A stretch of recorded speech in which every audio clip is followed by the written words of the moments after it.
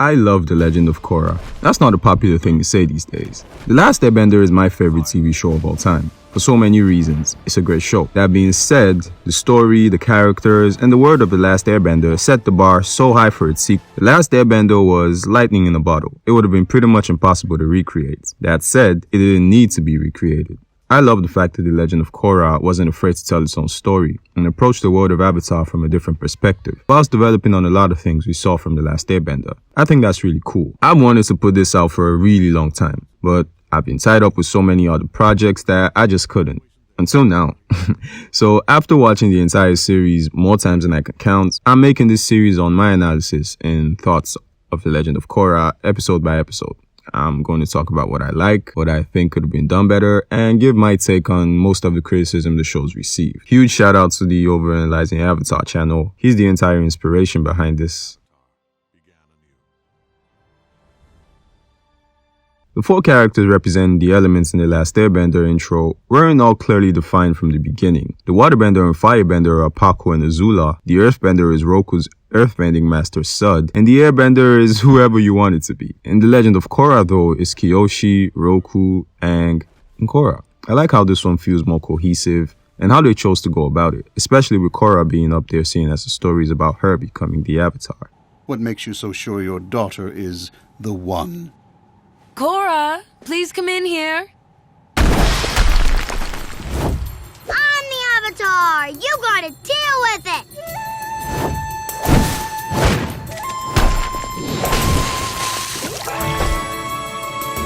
I love this introduction to Korra. A few seconds in, and you can already tell how different she is from her past life Aang. Aang had to become the Avatar by mastering the three other elements, but Korra can already bend three elements at such a young age. Even if she doesn't exactly know what it means at this point, she recognizes that being the Avatar is special. And after going down the humble Avatar route with Aang, I love seeing this new perspective on an Avatar.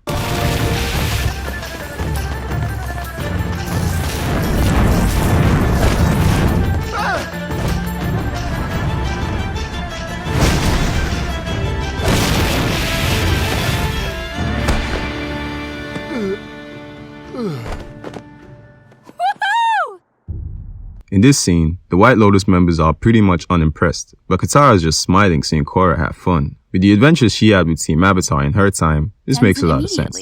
He's Mr. Spiritual. Do you believe she's ready, Master Katara? Yes. If anyone can teach her what she needs to learn, it's Tenzin. Very well, Korra. It's time for you to begin your airbending training. Yes! Finally! This is the exact same shot as earlier. It's so good to see all of you. Gran, I've been reading all about your old adventures. I've been dying to ask you, what happened to Zuko's mom? That's heavy. Well, Janora, it's an incredible tale. She's not kidding. It's really incredible. The baby's strong. I see another airbender in your future. All I want is one child like me. A nice non-bender who doesn't blast wind in my face every 5 seconds. I feel you, Pema. I've looked after a few of my chaotic nieces and nephews, and I was losing it. If those motherfuckers could fly, oof. I don't understand. Why are you making me wait? I have a responsibility to Republic City. I'm one of its leaders, and the situation there is very unstable right now. I really like Tenzin, man. I'll talk more about that later. It's perfect. Absolutely not. The city is far too dangerous. Avatar Aang tasked us with keeping you safe while you mastered the four elements. I get that, but I don't think keeping me locked up in this compound like a prisoner is what he had in mind. I agree with Korra. Aang traveled the world mastering the elements.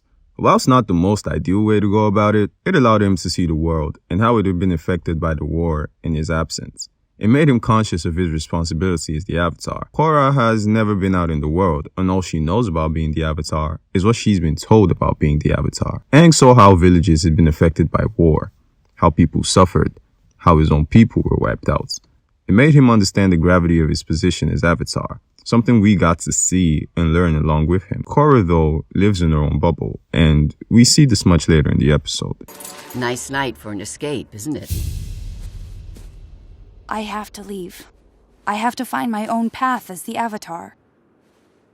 I know you do. I love this scene. It perfectly mirrors when Gran encouraged Katara and Sokka to go off too and help Aang. This is the very first time we see a Satomobile and get a glimpse of how far technology is advanced in the world. I know this is one gripe a lot of people have with Korra, the technology and how it doesn't make sense that it advanced that quickly, but if we delve deeper into it, it's not exactly out of nowhere. In The Last Airbender, there was already a great deal of technology. The Fire Nation's drill, the mecha tanks, the invasion submarine, airships, it was all there. Aang's time was ideally the Industrial Revolution, and with the war over, the nations joining forces in the creation of Republic City, all the groundwork for this technological advancement was there. We see how metal bending has affected the police system, how lightning bending now counts as an actual job.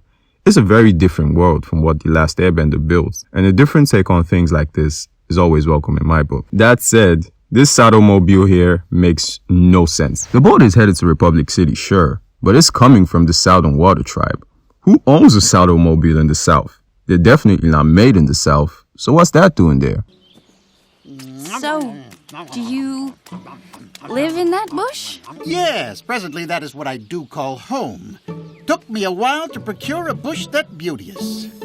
This park is quite popular with all the vagabonds. So, there are a lot of you out here? I thought everyone in the city was living it up. And this brings me back to what I said about Korra being in her own bubble earlier. She's been sheltered her whole life, and she thinks Republic City is this utopia that it's not. What are you talking about? Bending is the coolest thing in the world. Oh, yeah? Let me guess. You're a bender. Yeah, I am. And I bet you just love to knock me off this platform with some water bending, huh? I'm seriously thinking about it. This is what's wrong with the city! Benders like this girl only use their power to oppress us! It doesn't take long for Korra to realize how naive and prejudiced she is. She says, bending is the coolest thing in the world. Of course she'd think that, being a master of three elements. But she's never had to imagine what life is like for a non-bender in a society full of them. That's why this sequelist plot is arguably the best villain plot in the entire series for me. It's relatable. The privileges the benders have and non-benders don't. We see thugs who are benders intimidate non-benders. It makes sense as to why the equalists are a thing. Nobody likes to feel like they're being oppressed. And if there's an opportunity to level the playing field, everyone's gonna want in. The metal benders have this mechanism behind them which controls how the bending works. That's pretty cool. It looks like something that could exist and work in the real world. And it just goes to show how streamlined technology has become in this new age and time. Here, we can clearly see that 4 officers descended from the airship, but in this shot, there's 7 of them. When Korra fights this guy, all of the officers and the triads behind them disappear.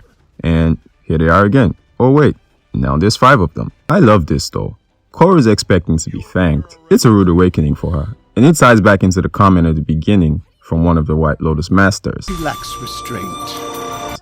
Being the Avatar isn't just about being strong. Sure, you can take down a bunch of bad guys who wanted to extort a man, but if you smash up his store in the process, then he would have really been better off with the triad if you think about it.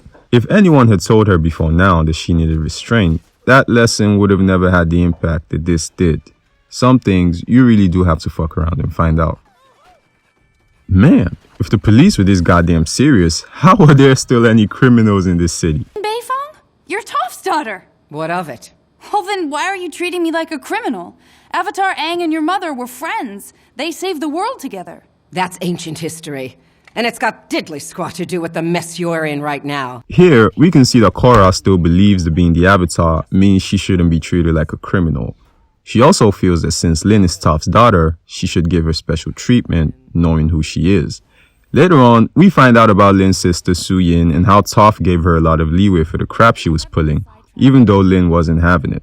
It's cool to see that her sense of justice doesn't change. If she arrested her own sister, doesn't matter if you're the Avatar.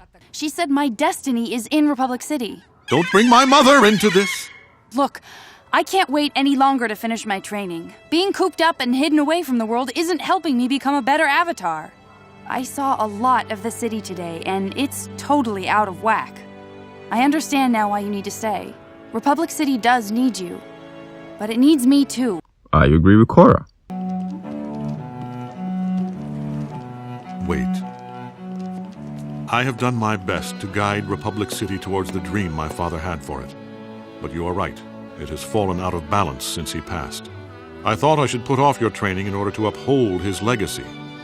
But you are his legacy. I really like Tenzin, man. Even with how straight and disciplined he is, he's not too stubborn to admit when he's wrong. He changes his mind pretty quickly here, but if you think about it, Korra makes a good point. And he understands that, so he listens to her. That's really cool. Okay, I knew Korra was strong, but damn, girl. I'm so happy to be here. Thank you, Republic City. All right, that's all the questions the... Come on. How do you want to handle this? So, the Avatar has arrived early.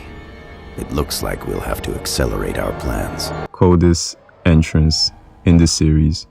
No further comments. So yeah, I hope you enjoyed the video about as much as I enjoyed making it. I still have the rest of the series to cover, and if it's your kind of thing, hit the like button, subscribe, and yeah, I'll see you next time.